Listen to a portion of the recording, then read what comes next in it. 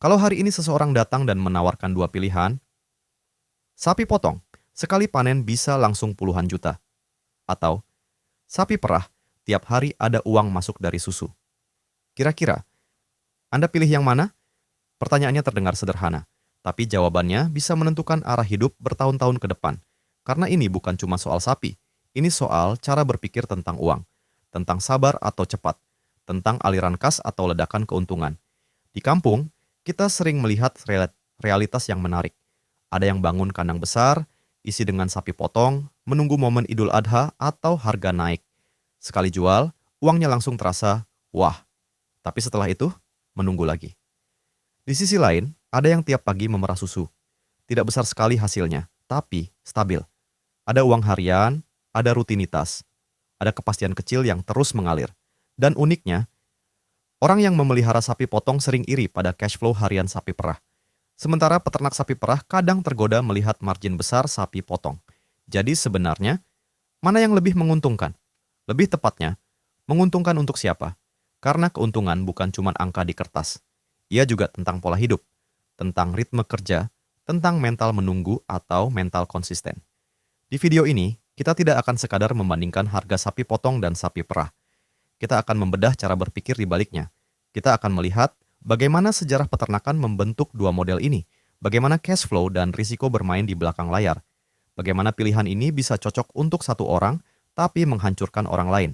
Dan mungkin, di akhir nanti, Anda tidak hanya tahu mana yang lebih menguntungkan, tapi Anda akan tahu mana yang lebih cocok dengan jalan hidup Anda. Karena seringkali, masalahnya bukan di jenis sapinya, tapi di cara kita memahami permainan rezeki itu sendiri. Dan hari ini, kita akan membukanya pelan-pelan.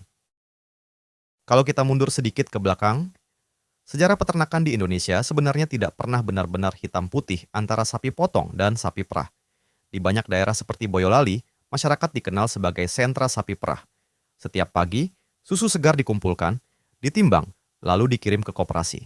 Polanya kolektif. Ada sistem, ada ritme. Bahkan ada budaya bangun sebelum subuh demi menjaga kualitas susu. Sementara di daerah seperti Madura atau sebagian wilayah Nusa Tenggara Timur, sapi potong lebih dominan.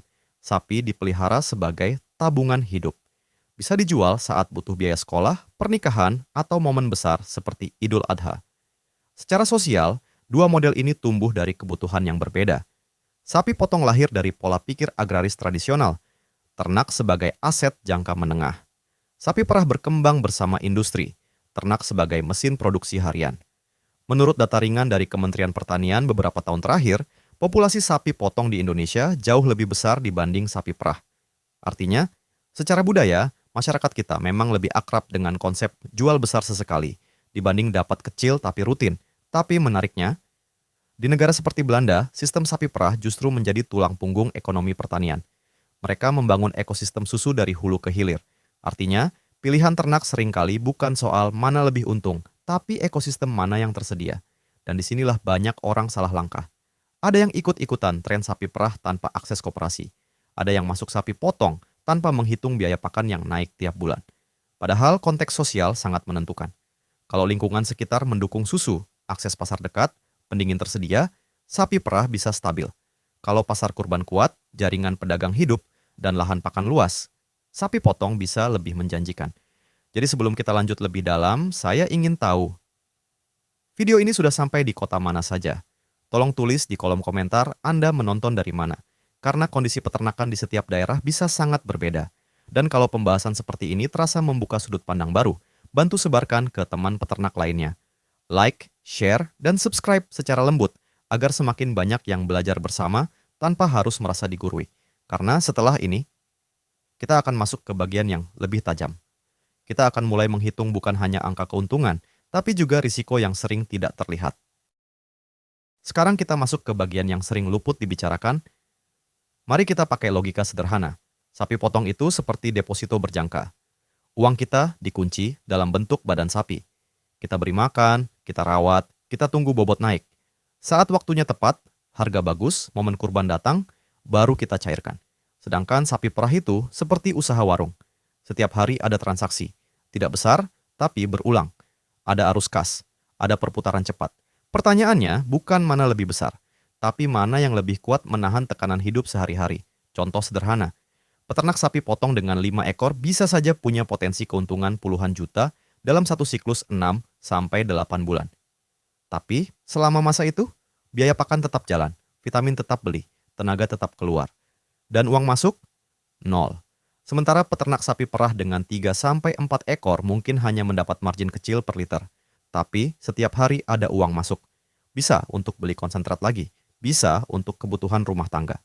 Data sosial ringan menunjukkan banyak usaha kecil gagal bukan karena tidak untung, tapi karena kehabisan arus kas sebelum panen tiba. Ini yang jarang disadari. Sapi potong terlihat wah di akhir. Sapi perah terlihat biasa di harian. Padahal tekanan mentalnya berbeda. Menunggu 6 bulan tanpa pemasukan itu butuh mental baja. Bangun setiap hari jam 4 pagi untuk memerah susu itu juga butuh disiplin luar biasa. Ada lagi yang menarik. Harga sapi potong sangat sensitif terhadap momen, terutama Idul Adha. Jika pasokan melimpah, harga bisa turun drastis. Risiko fluktuasinya tajam. Sedangkan harga susu relatif lebih stabil tapi margin tipis. Dan kalau kualitas susu turun sedikit saja, koperasi bisa menolak. Analogi sederhananya begini. Sapi potong seperti menanam pohon durian. Lama menunggu, tapi sekali panen bisa besar. Sapi perah seperti menanam sayur bayam. Cepat dipetik, sering dipanen, tapi nilainya kecil per ikat. Dan uniknya, banyak orang memilih bukan berdasarkan perhitungan, tapi berdasarkan cerita tetangga. Tetangga kemarin jual sapi dapat untung besar, padahal kita tidak tahu berapa bulan dia menunggu, berapa biaya tersembunyi yang ia keluarkan. Disinilah analisis menjadi penting. Karena keuntungan sejati bukan hanya soal angka akhir, tapi soal seberapa lama kita bisa bertahan dalam prosesnya. Dan setelah memahami logika dasar ini, kita akan masuk ke bagian yang lebih dalam. Bagian yang bukan cuma membandingkan untung rugi, tapi membangun peta pikiran baru tentang bagaimana memilih dengan sadar. Sekarang kita masuk ke bagian yang lebih dalam, karena seringkali kebingungan itu muncul bukan karena kurang data, tapi karena kita belum punya peta berpikir yang tepat. Selama ini, banyak orang melihat sapi potong dan sapi perah hanya dari satu kacamata. Mana yang paling besar untungnya? Padahal ada 4 lapisan yang jarang dihitung bersamaan. Arus kas, risiko, gaya hidup, dan ketahanan mental. Mari kita bedah pelan-pelan. Pertama, arus kas. Sapi perah memberi pemasukan harian. Ini menciptakan efek psikologis yang menenangkan. Setiap hari ada hasil. Setiap hari ada progres. Dalam finansial, ini disebut cash flow stabil. Sapi potong tidak memberi itu. Ia menuntut kesabaran panjang. Tapi saat panen berhasil, hasilnya bisa melompat jauh. Ini seperti memilih antara sungai kecil yang mengalir terus atau bendungan besar yang sekali dibuka langsung deras. Tidak ada yang salah. Tapi masing-masing butuh kesiapan berbeda. Kedua, risiko. Sapi potong sangat dipengaruhi harga pasar. Jika beli bakalan mahal dan jual saat harga turun, margin bisa tergerus habis. Biaya pakan yang naik juga bisa diam-diam memakan keuntungan. Sapi perah pun punya risiko. Jika produksi susu turun karena stres, penyakit, atau kualitas pakan buruk, pemasukan harian langsung terdampak. Dan karena bergantung pada kualitas, standar kebersihan harus konsisten. Artinya, sapi potong risikonya ada di momen jual. Sapi perah risikonya ada di konsistensi harian. Ketiga, gaya hidup. Ini yang jarang dibahas. Sapi perah menuntut rutinitas ketat. Pagi dan sore harus memerah. Tidak bisa ditunda. Tidak bisa malas. Bahkan hari libur pun tetap jalan. Sapi potong lebih fleksibel secara waktu. Fokusnya di pakan dan perawatan. Tidak ada kewajiban 2 kali sehari yang mengikat jam. Bagi sebagian orang, rutinitas itu menenangkan. Bagi yang lain, rutinitas itu terasa membelenggu. Keempat, ketahanan mental. Menunggu lama tanpa hasil itu berat. Tapi bekerja tiap hari tanpa jeda juga melelahkan. Disinilah solusi mulai terlihat. Solusi pertama, kenali karakter diri. Jika Anda tipe yang sabar, punya cadangan dana, dan siap menunggu momen, sapi potong bisa cocok. Tapi pahitnya, tekanan saat harga turun bisa sangat menyakitkan. Jika Anda tipe yang butuh arus kas rutin dan disiplin tinggi, sapi perah bisa lebih stabil.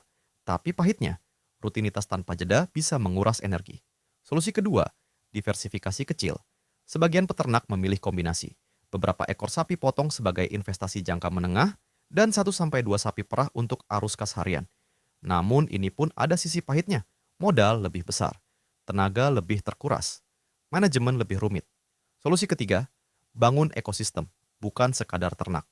Untuk sapi perah, pastikan akses koperasi jelas, kualitas pakan stabil, dan ada dukungan teknis. Untuk sapi potong, pastikan jaringan pedagang kuat, pakan terkendali, dan timing pembelian tepat. Karena masalah terbesar bukan di jenis sapi, tapi di masuk tanpa sistem. Seringkali kita melihat hasil orang lain tanpa melihat struktur yang menopangnya. Dan di titik ini, mungkin kita mulai sadar. Pertanyaannya bukan lagi mana lebih menguntungkan, tapi saya siap menjalani yang mana dengan segala manis dan pahitnya, karena setiap pilihan membawa rezeki, tapi juga membawa konsekuensi. Dan memahami itu adalah langkah awal menuju keputusan yang matang. Sekarang mari kita turunkan napas sedikit, karena setelah semua angka, analisis, risiko, dan strategi, ujungnya kembali ke satu hal yang lebih sunyi. Apa sebenarnya arti menguntungkan? Apakah sekadar selisih jual dan beli? Atau rasa tenang saat kebutuhan rumah tangga terpenuhi tanpa utang? Sapi potong bisa memberi lonjakan uang yang besar, tapi di sela-sela menunggu itu, ada waktu yang berjalan pelan. Ada kecemasan ketika harga pasar tak sesuai harapan. Sapi perah memberi aliran kecil yang konsisten, tapi di balik konsistensi itu, ada rutinitas tanpa jeda. Ada lelah yang tidak bisa ditunda. Dan mungkin, hidup memang seperti itu. Tidak ada pilihan tanpa sisi pahit. Tidak ada keuntungan tanpa harga yang harus dibayar. Rezeki bukan hanya tentang besar kecilnya angka, tapi tentang keberkahan waktu, tentang kesehatan yang tetap terjaga, tentang hubungan keluarga yang tidak retak karena tekanan usaha. Ada orang yang cocok menunggu panen besar. Ada yang lebih damai dengan aliran kecil tapi rutin, dan tidak ada yang lebih mulia dari yang lain. Karena yang membuat sebuah usaha terasa menguntungkan bukan hanya hasil akhirnya, tapi apakah ia selaras dengan kapasitas jiwa kita. Mungkin hari ini kita belajar bahwa memilih sapi potong atau sapi perah bukan sekadar keputusan bisnis. Ia adalah keputusan gaya hidup, keputusan ritme, keputusan tentang bagaimana kita ingin menjalani hari-hari kita.